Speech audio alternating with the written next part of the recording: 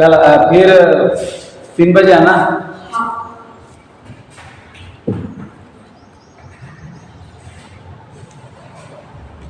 यह बीजक ज्ञान कबीर गुरु का बंधन साने वाला है।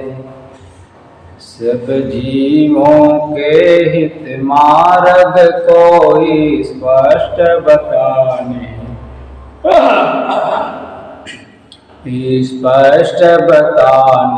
वाला है। सब जीव सदा से भूले ही विषयों में रमते आए हैं। उस रमते राम के बंधन को कई विविध रमैनी डाला है। यह बीजक ज्ञान कबीर गुरु का बंधन साने वाला है।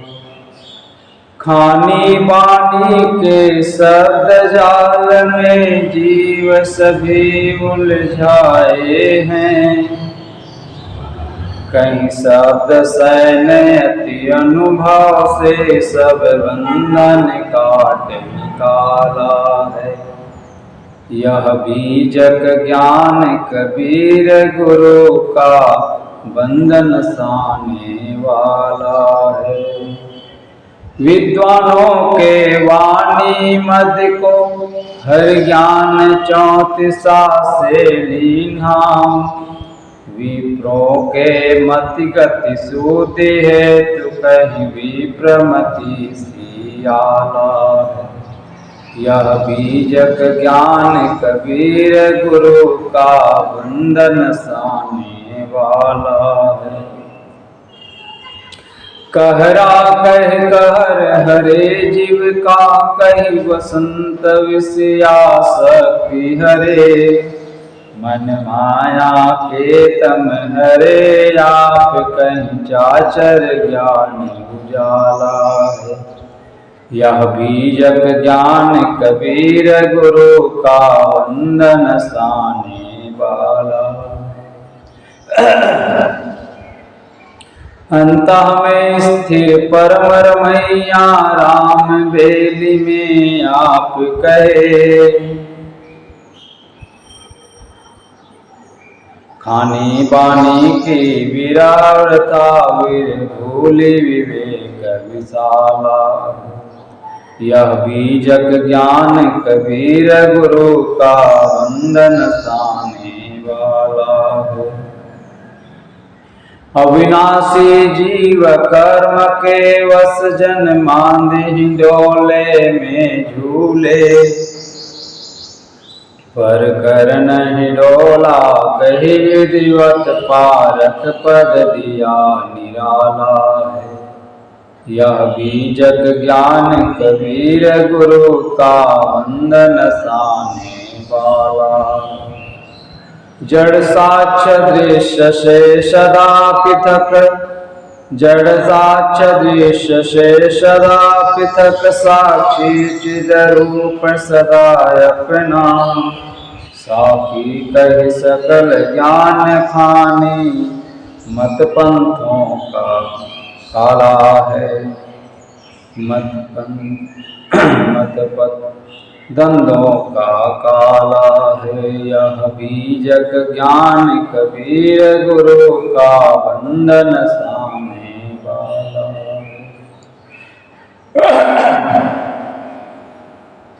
11 प्रकरणों से भूषित है पारख ज्ञान मेरा बीजक। रविवतेन के प्रकाश किरम तम मोहन साने वाला है। यह बीजक ज्ञान कबीर गुरु का बंधन साने वाला है। सब जीवों के हित मार्ग कोई स्पष्ट बताने वाला है। अति गूढ़ अगूढ़ विविध पद्यों शैली युक्ति से भरा ग्रंथ। विद्वान भी है टक्कर खाते, अभिलाष अंकमति वाला है। यह बीजक ज्ञान कबीर गुरु का, बंधन साने वाला है। गुरु संत पारखी के द्वारा, गुरुमुख पढ़ने से भेद खुले। बोधक सूरत की कृपा दृष्टि से पाया बोध उजाला। यह बीजक ज्ञान कबीर गुरु का, बंधन साने वाला। सब जीवों के हित मार्ग को स्पष्ट बताने वाला, स्पष्ट बताने वाला। बोलिए सद्गुरु कबीर साहिब की जय। बोलिए सद्गुरु कबीर साहिब की जय।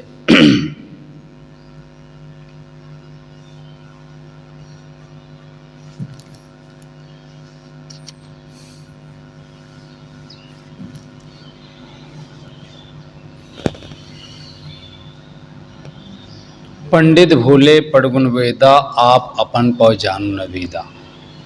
संझा तर्पण अवसट कर्मा, ई बहुरूप करे अधर्मा। गायत्री युगचारी पढ़ाई, पूछो जाय मुक्ति किन पाई। और के लिए और के छिए लेत हो छींचा, तुम सो कहू कहो नहीं नीचा। ई गुण गर्व करो अधिकारी, अधिके गर्व न होय भलाई। जासु नाम है गर्व प्रहारी, सो कस गर्व ही सके सहारी। कुल मर्यादा खोए के खोजिन पद निर्वाण, अंकुर बीज नसाय के नर भय विदेही थान। सतगुरु कबीर साहब यहाँ पर विद्याभिमान और वर्णाभिमान का निवारण करते हैं। सतगुरु बताते हैं कि पंडित भूले पड़गुन वेदा। पंडित लोग वे शास्त्रों को पढ़ पढ़कर, सुन सुनकर उनके मद में भूल गए और अपने आत्मज्ञान के रहस्य को समझ नहीं पाए। पंडित लोग वे शास्त्र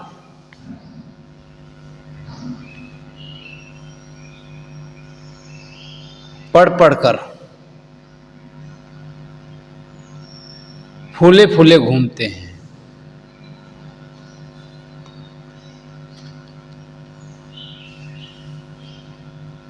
परंतु उन्हें समझना चाहिए अध्ययन बड़ी बात नहीं है।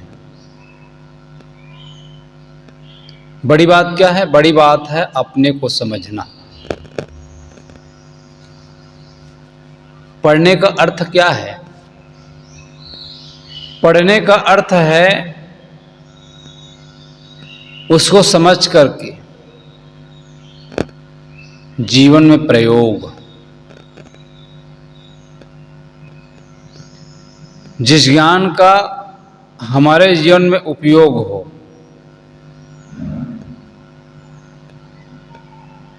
जो हमारे कल्याण में सहायक बने।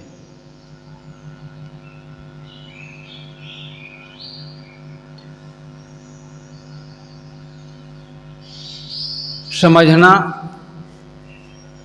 और अपना उद्धार का काम करना, उसी में सब कुछ होता रहता है। इसमें किसी प्रकार का भेद नहीं। जो चीज मैं करता हूं वही चीज दूसरे को सिखाता हूं। दो मुही बात नहीं, मेरे लिए अलग और उनके लिए अलग।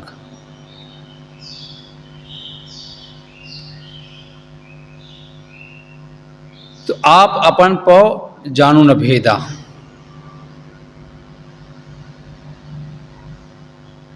तो शास्त्रों को पढ़ने का मतलब क्या है?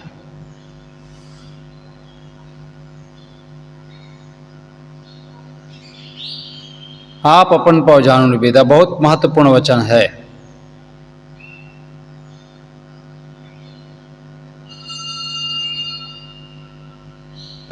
अपने स्वरूप का मतलब मैं कौन हूं। यदि ना जाना, यदि मैं कौन हूं ये यदि नहीं जान सके,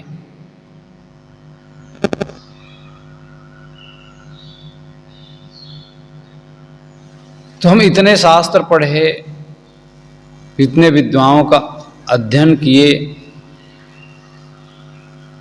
सब बेकार। पढ़ना बेकार में चला जाएगा। पढ़ने का अर्थ है उसको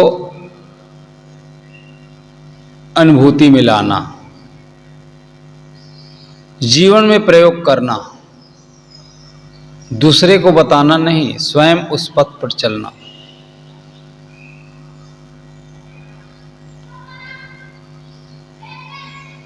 ज्ञाता 3 प्रकार के होते हैं,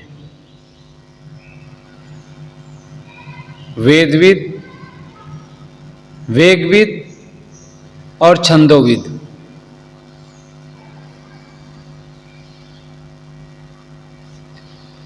इन सारे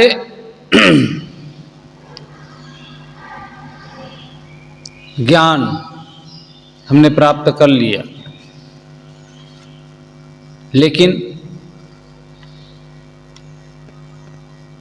सारे छंदों को जानकर हमने कंठ तो कर लिया,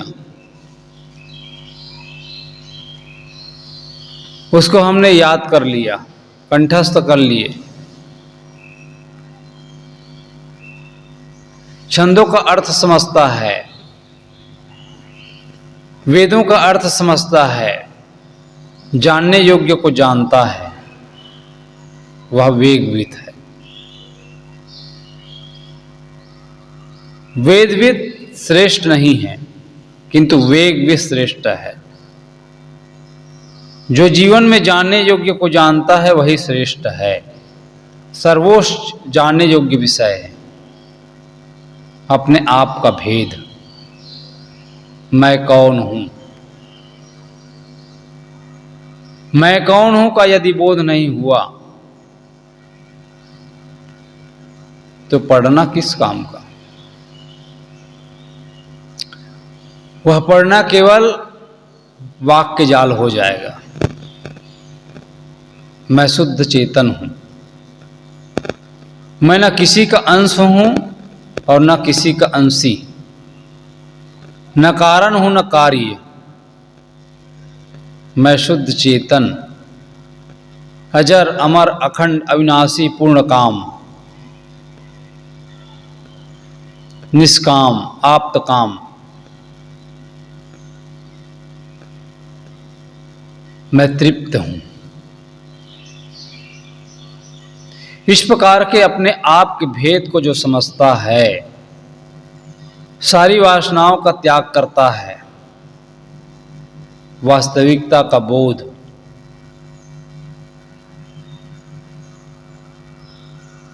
वास्तविक विदितता,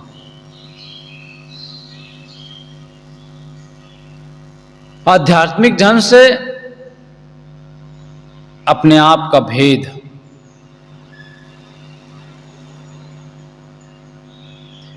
हमें व्यवहारिक ढंग से भी अपने आप का भेद जानना चाहिए। हमारे स्वभाव में कितने त्रुटियां हैं, मन में कितने विकार है,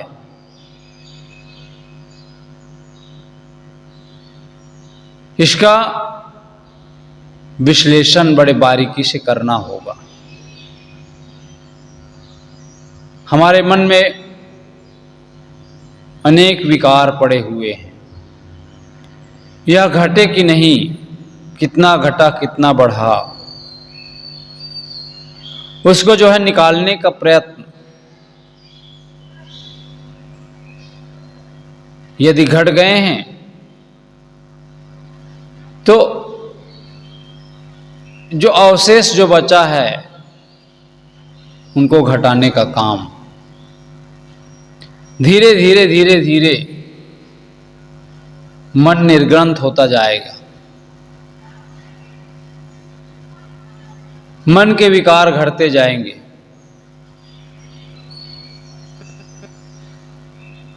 सारे विद्याओं का अध्ययन का फल मन को देखना, मन में किसी प्रकार के विकार न रह जाना, मन के विकारों को देखते रहना, घटाते रहना।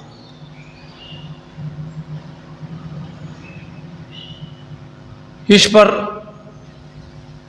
काम करना, जिससे जीवन में कितनी शांति मिली, कितना % हमारे जीवन में शांति है, इसका जीवन में प्रयोग प्रैक्टिकल। पढ़ने का अर्थ तो यही है, सारे विद्याओं का फल आत्मशोधन, आत्मकल्याण की भावना, यही सच्ची विद्या है।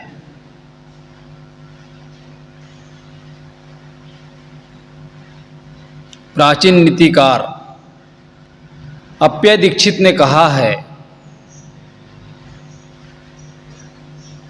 नीति शास्त्र के विद्वान, ज्योतिष चतुर्वेदी शास्त्री, ब्रह्मज्ञानी बहुत मिलते हैं, परंतु ऐसा बिरला व्यक्ति बहुत कम जो अपने अज्ञान को जानता हो।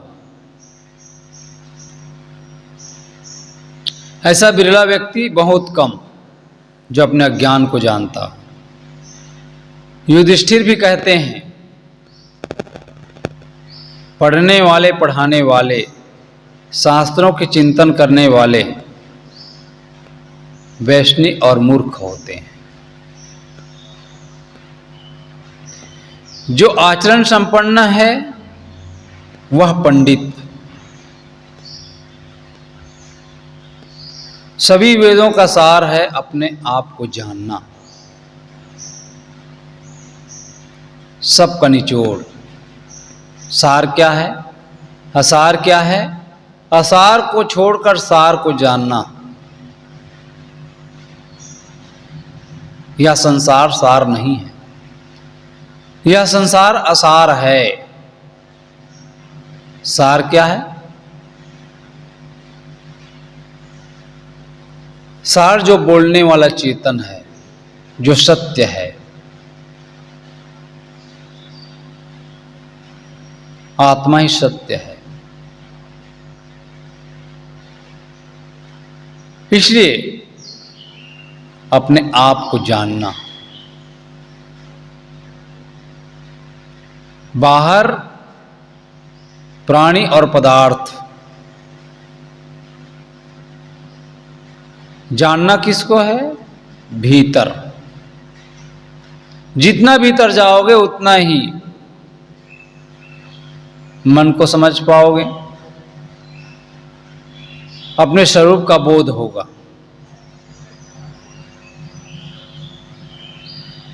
बाहर पढ़ने से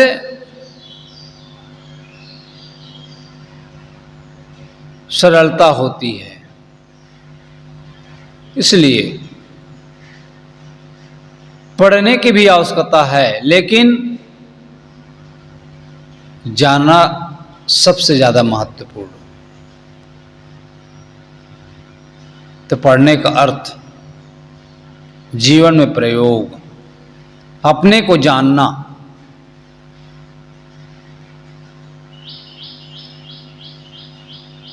तो सदगुरु कहते हैं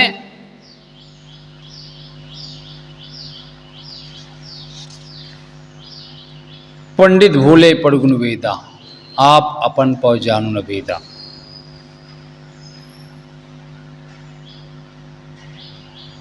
पंडित लोग सत्कर्म करते हैं,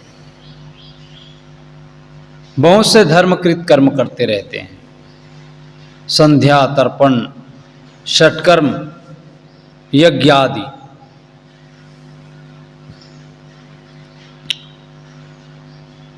गायत्री जप करते रहते हैं।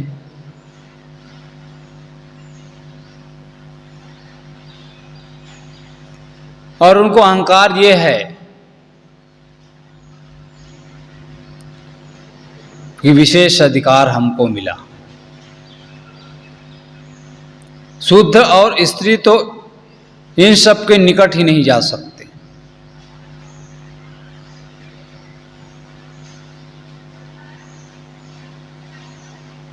वह जो है इसके अधिकारी नहीं है।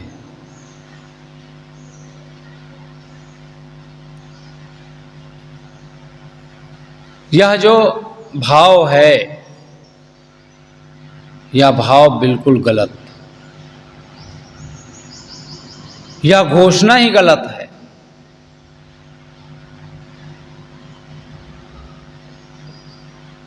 कि वेद तथा गायत्री स्त्री तथा शूद्रों का अधिकार नहीं है। स्त्री और शूद्र भी तो मनुष्य ही है।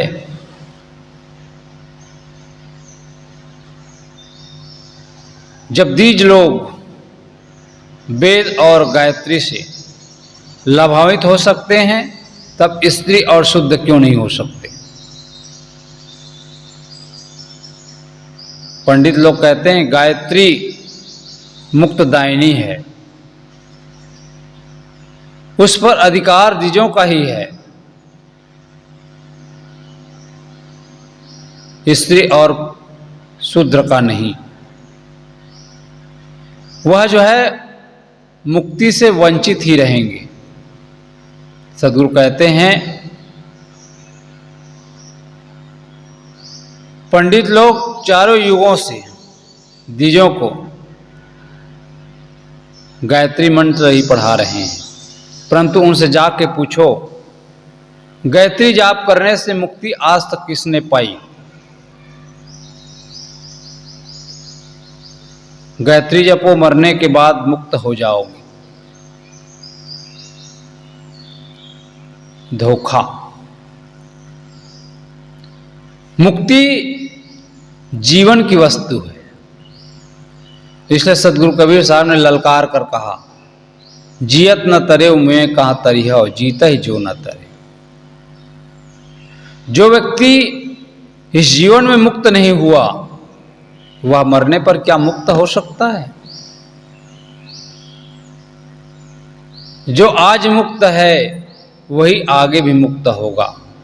जो आज मुक्त नहीं है वो कभी भी मुक्त नहीं हो सकता। सद्गुरु कहते हैं गायत्री युग चारि पढ़ाई, पूछो जाए मुक्ति किन पाई। यह बड़ा मार्मिक वचन है। वेदों में अनेक प्रकार के छंद हैं, जैसे गायत्री,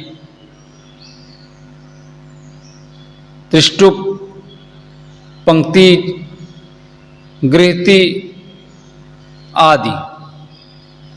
उसी में एक प्रकार का छंद गायत्री है जो वेदों में हजारों की संख्या में है। जिस गायत्री मंत्र की उपासना पीछे बड़े जोरों से चली, उसका अभिप्राय इतना ही है कि हम उस सविता सूर्य देवता का ध्यान धारण करते हैं, जो वर्ण करने योग्य और प्रकाश स्वरूप है और हमारी बुद्धि को प्रेरित करता है। यह छंद विश्वामित्र की रचना है। इसमें प्रकाश स्वरूप सूर्य से बुद्धि के लिए प्रेरणा की बात कही गई है।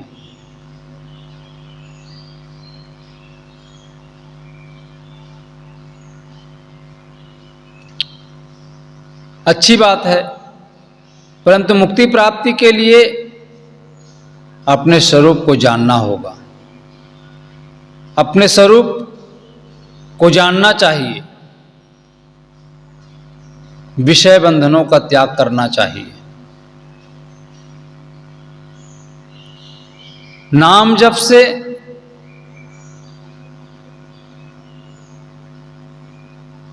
क्षणिक सुख, नाम जप तो उसी प्रकार से है जिस प्रकार से बच्चे को चटवा दे दिया जाता है। थोड़ी देर के लिए बच्चा चुप हो जाता है, फिर रोने लगता है। उसी प्रकार से नाम जप एक थोड़ी देर के लिए हम उससे संतुष्ट हो सकते हैं, लेकिन कल्याण में सहायक कदापि नहीं हो सकता। नाम एक पहचान के लिए रखा जाता है। नाम से कल्याण कैसे हो जाएगा? काम करना होगा, उद्धार होगा, कल्याण होगा, मुक्ति होगी विषयों के त्याग से, वासनाओं के त्याग से, वासनाओं की निवृत्ति, मुक्ति की प्राप्ति के लिए स्वरूप ज्ञान। क्षणिकता से काम नहीं चलेगा।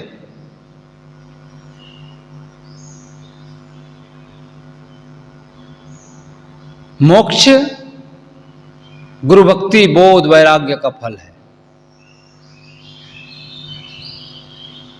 जिसमें मानव मात्र का अधिकार है, किसी एक व्यक्ति विशेष का नहीं, किसी एक विशेष वर्ग का नहीं। जिनको मुक्ति का अधिकार हो, कोई भी अपना कल्याण का काम कर सकता है, चाहे स्त्री हो चाहे पुरुष हो। जितना आदमी भीतर जाएगा स्वरूप ज्ञान की ओर, जितना आदमी विकारों से दूर वासनाओं का त्याग करता जाएगा, भक्ति ज्ञान वैराग्य से जितना ओतप्रोत होता जाएगा, उतना ही मुक्ति के पथ पर आगे बढ़ता चला जाएगा। तो गायत्री छंद की रचना किसने की? जियो ने की, जिसमें मानव मात्र का अधिकार है। गायत्री मंत्र एक शब्द का समूह है जो कृत्रिम है, बनावटी है। मानव उसका कर्ता है, बनाने वाला बड़ा होता है, शब्द बड़ा नहीं, शब्द बड़ा कि जीव। शब्दों को जानने वाला, शब्दों को रचने वाला बड़ा, शब्द बड़ा हो गया, जीव छोटा। तो गायत्री से मानव की आत्मा श्रेष्ठ है। अपने श्रेष्ठत्व को समझे, इसीलिए सारे विद्याओं का फल आत्मज्ञान, आत्मा ही श्रेष्ठ है। इसलिए विकारों से ऊपर उठना होगा, पहचानना होगा अपने आप को। तो ज्ञान का फल, शास्त्रों को जानने का फल, अपने को जानना, अपने को जानकर मन को समझना होगा। मन में जो लहरें उड़ती हैं, मन में जो विकारें आते हैं, उन विकारों को छोड़ते जाना तो हमारे मुक्त होने में कोई संदेह नहीं। तो मुक्ति का रहस्य वही जान सकता है जो अपने मन को समझता है, मन के विकारों को त्यागता रहता है, छोड़ता रहता है, छोड़ता रहता है।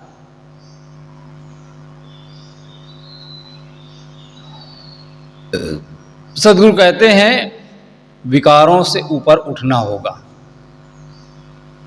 तभी स्वरूप का बोध हो पाएगा। आगे सद्गुरु कबीर साहब कहते हैं, और के छिए लेत हो छीछा, तुमसो कहू कौन है नीचा।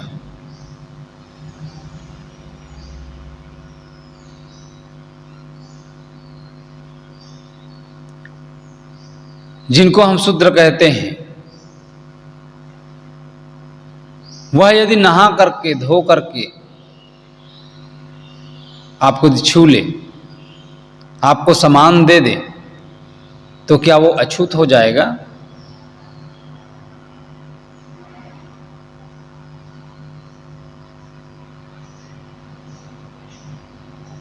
इस प्रकार से करते हैं तो उनको अछूत मानते हैं। मन से माना हुआ है,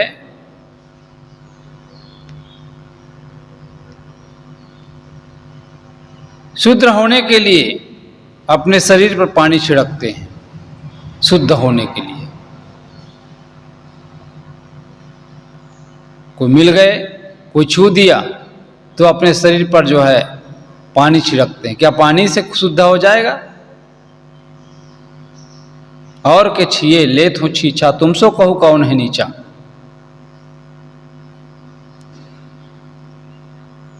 तुमसे नीच कौन?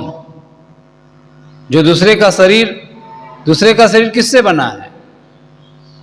जिस प्रकार से हमारा शरीर है उसी प्रकार से तो उनका भी शरीर है, हाड़ मांस चाम नस रोम का, और उसी से हमारा भी बना है, आपका भी बना है। तो तुम शुद्ध कैसे हो गए? तुम पवित्र कैसे हो गए? शरीर भी उसी से बना है। दूसरे के शरीर में भी तो टट्टी पेशाब भरी हुई है, तो तुम्हारे शरीर में भी तो वही है। जैसे दूसरों में सदाचार, इसलिए सदाचारी दुराचारी होते हैं, वैसे ब्राह्मण नामधारी में भी तो होते हैं सदाचारी दुराचारी। तो तुम्हारे और दूसरे में अंतर क्या? निश्चित ही छुआछूत का अपना महत्व है। छुआछूत मानना भी चाहिए, लेकिन उसका आधार आचार और विचार होना चाहिए। कल्पित वर्ण और जाति के आधार पर नहीं।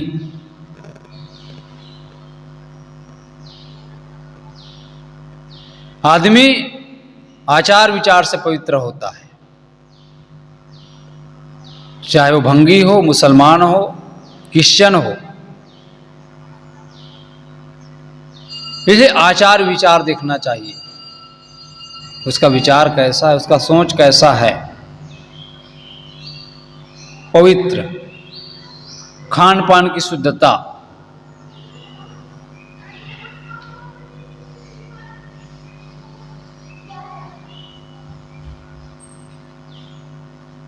यदि कोई आचारहीन है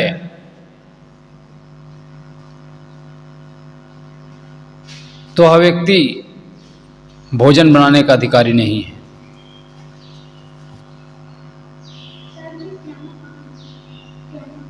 बैठ जाओ। भोजन बनाने का अधिकारी नहीं है।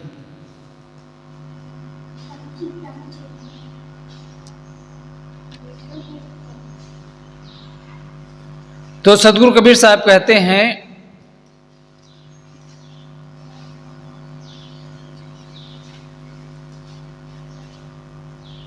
जिस समय जो व्यक्ति अपवित्र है उस समय वह अछूत है। जो पवित्र है वह अछूत नहीं है। दूसरे के छूने से तुम छींटे मारकर पवित्र होने का उपक्रम करते हो। यह बताओ तुमसे नीच कौन। यह कितना बड़ा व्यंग है सदगुरु कबीर साहब का।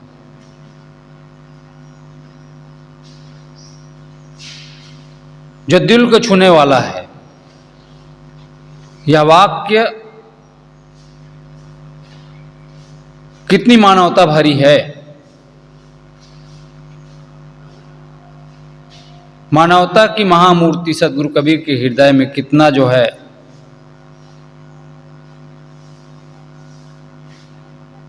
मर्माहत होकर के यह पंक्ति कही होगी।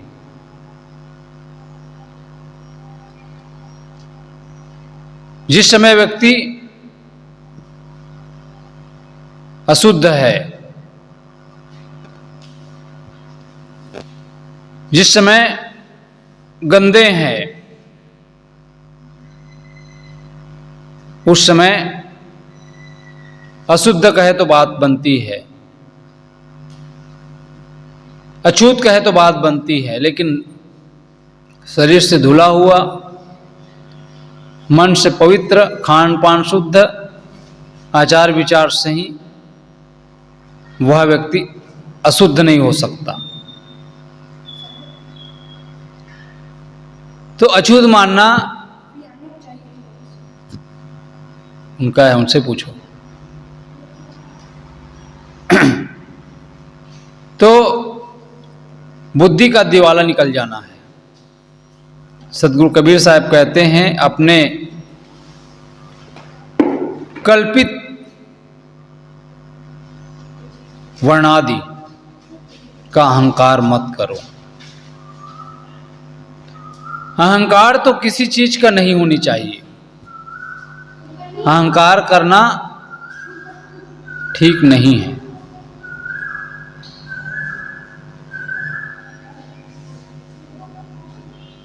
अहंकार तो पतन का कारण है और मुख्य कारण रहा है जाति पाति का अहंकार, वर्ण आदि का अहंकार, और यही पतन का मूल कारण, जिसके कारण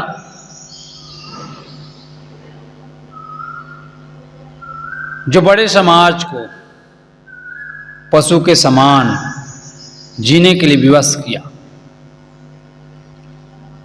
मानव समान है, लेकिन मानव को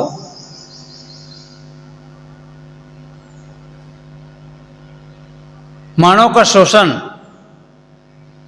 शोषण किया गया, विवश किया गया। जासु नाम है गर्व प्रहारी, सो कस गर्व इस सके सहारी। जिसका नाम सर्व प्रहारी है, वह तुम्हारे गर्व को कैसे सह सकेगा। गर्व प्रहारी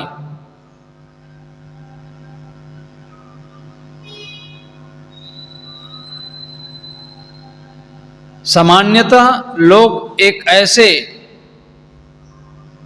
व्यक्ति चेतन की कल्पना करते हैं जो सर्वशक्तिमान है, और वही गर्व प्रहारी है, परंतु ऐसा कुछ भी नहीं है जो सर्वशक्तिमान हो।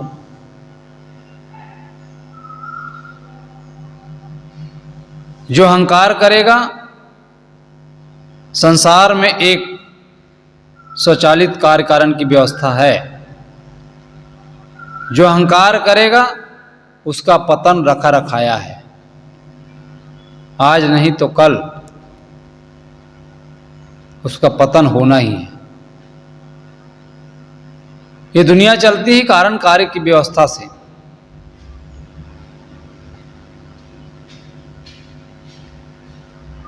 यह बात 500 वर्ष पूर्व सतगुरु कबीर साहब की कही हुई बात है। इसलिए अहंकार का परिणाम पतन ही है। जहाँ वर्णवाद होगा, जहाँ जातिवाद होगा, वहाँ भाईचारा मिटेगा, पतन रखा रुखाया है। कुल मर्यादा खोए के खोजिन पद निर्वाण, अंकुर बीज नसाय के नर भय विदेही थान। सदगुरु कहते हैं पहले के महापुरुषों ने कुल की मर्यादा खोकर निर्वाण पद की खोज की।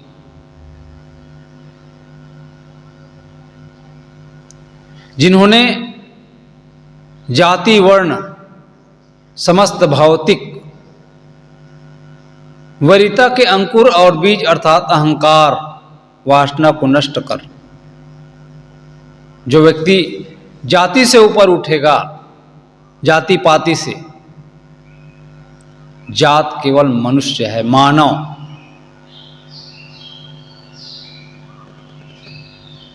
ये भेद, ये छुआछूत, ये सब कल्पना की बातें हैं। जीव शुद्ध है, बुद्ध है, अविनाशी है।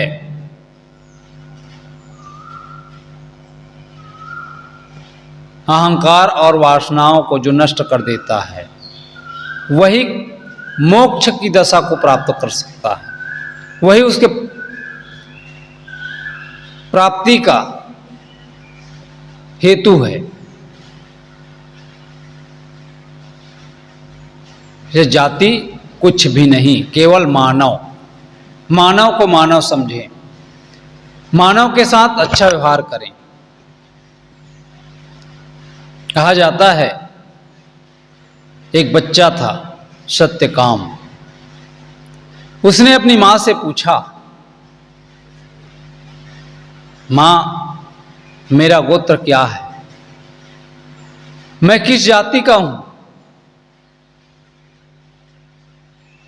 मैं किसी गुरु के पास पढ़ने जाऊंगा, वे गोत्र पूछेंगे तो मैं क्या बताऊंगा। माता ने कहा, मुझे यह पता नहीं है बेटा कि तुम्हारा गोत्र क्या है, क्योंकि मैं अपनी जवानी में उचरते हुए बहुत से पुरुषों की सेवा करती थी, अनेकों से संजोग हुआ था, उसी बीच में गर्भ रहा,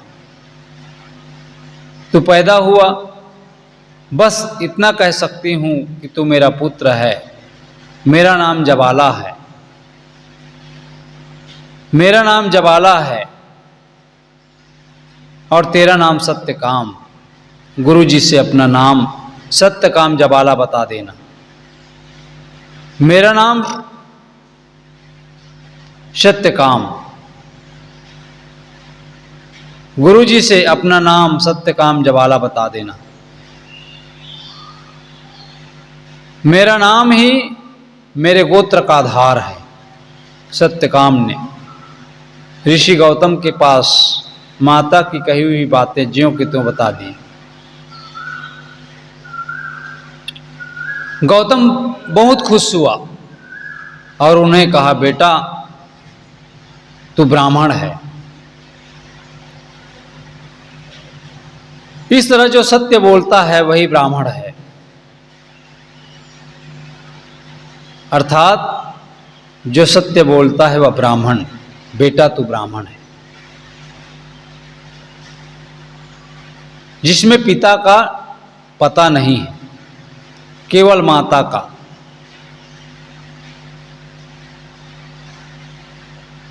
क्योंकि वो कुंवारी अवस्था में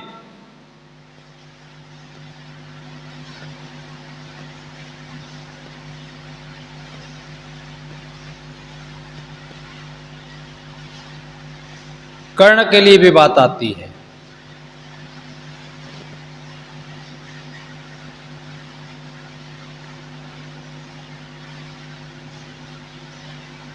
तो कहने का मतलब यह है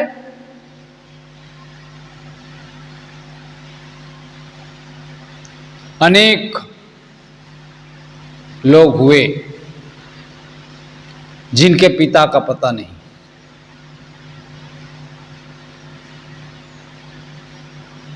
जैसे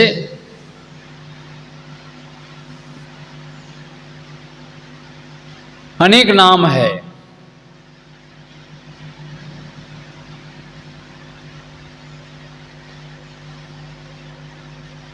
तो यह बड़ा नहीं है कि किस जाति में हुआ, उनके पिता कौन हैं, किनसे आप दीक्षा लिए, ये बड़ी बात नहीं है। किस जाति के हैं, जिनके पास योग्यता है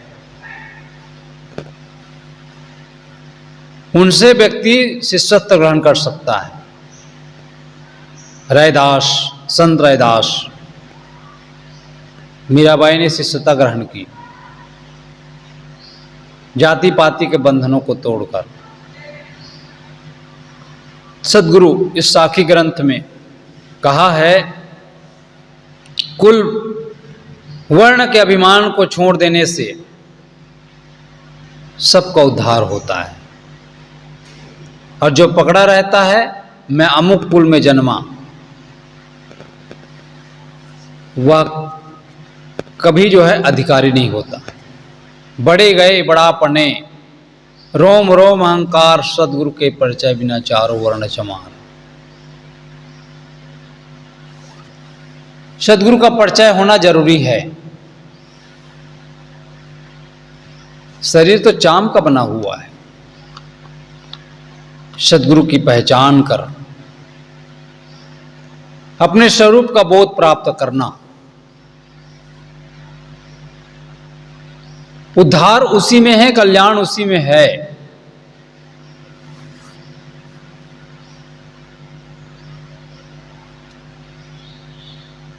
तो अहंकार रखने से सब प्रकार से अपना पतन होता है। वह आत्मा, वह चेतन जीव किसी का कुल नहीं है। अर्थात जिसने राम को पाया, अपने आत्म तत्व का बोध जिसने ग्रहण किया, उनके सारे कुल वर्ण नष्ट हो गए। महाभारत वर्णित युधिष्ठिर के यज्ञ में पंडितों ने भोजन करने से पंडितों के भोजन करने से घंटा नहीं बजा कहते हैं। स्वपच भक्त के खाने से घंटा बजा। यह व्याख्यान दर्शाने के लिए नहीं कि विद्याभिमान और वर्णाभिमान से कल्याण नहीं हो सकता। उनके लिए विनम्रता और शुद्ध स्वरूप चाहिए, शुद्ध हृदय चाहिए। तो विद्या का अभिमान, केवल विद्या जो है लंगड़ी है। वासनाओं का त्याग, विषयों का त्याग, जातिवाद, वर्णवाद, इस सब से उठकर स्वरूप का बोध, आत्मतृप्त,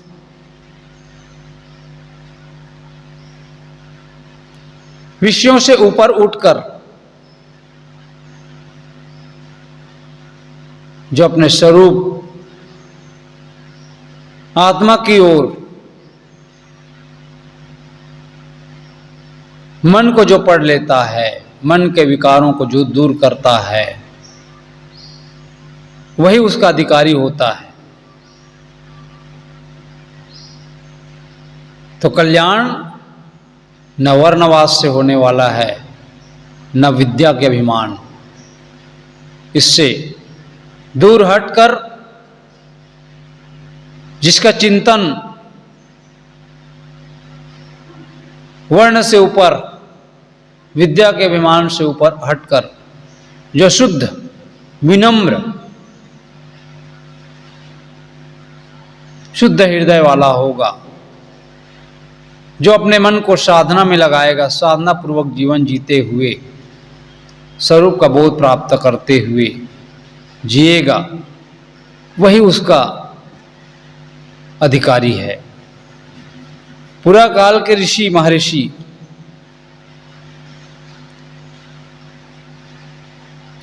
वर्णाभिमानी होते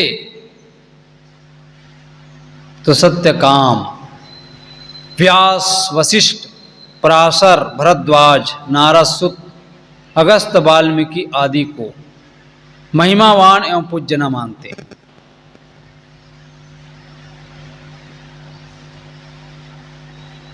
तथा कथित अब्राह्मण कुल के ही नहीं किंतु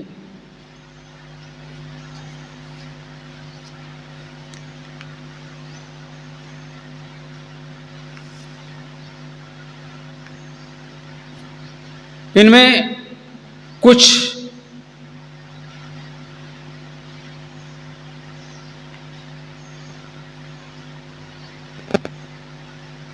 तो इससे जो ऊपर उठ करके इन्होंने काम किया, इसलिए आज पूज्य है। इसे देहाभिमान, जो सत्य बोलता है वही ब्राह्मण, आत्मज्ञान से ओतप्रोत, वासनाओं को छोड़कर, विषयों को छोड़कर, जो निरंतर अपनी ओर झांकता है। सदगुरु कबीर साहब कहते हैं, जो कुल की मर्यादा को खोकर निर्वाण पद की जिन्होंने खोज की, उसने अंकुर बीज को ही नष्ट कर दिए।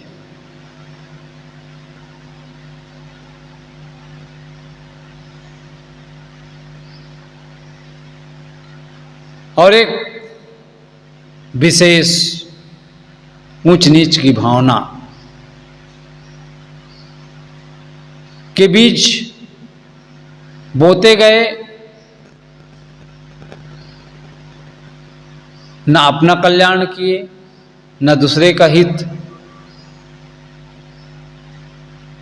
वह व्यक्ति स्वरूप ज्ञान से वंचित रहा। आज भी स्वरूप ज्ञान से वंचित जो असली पंडित है,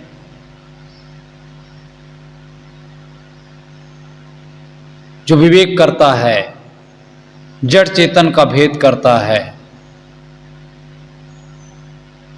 सार क्या है, असार क्या है, जड़ क्या है, चेतन क्या है, और वासनाओं को छोड़कर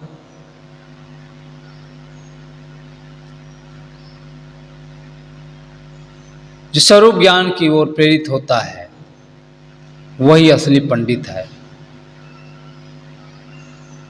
वही अपने जीवन को धन्य बना सकता है, जो देहाभिमान वर्णवास से ऊपर उठकर स्वरूप ज्ञान की ओर ऊपर उड़ता है। समाज को उन्हीं से लाभ मिलेगा, उसी पंडित से लाभ मिलेगा जिनका आचार विचार, जिनका आचरण सही है, जो नित्य मन को पढ़ता रहता है। संसार उन्हीं से लाभान्वित होता है। बोलिए सद्गुरु कबीर साहिब की जय।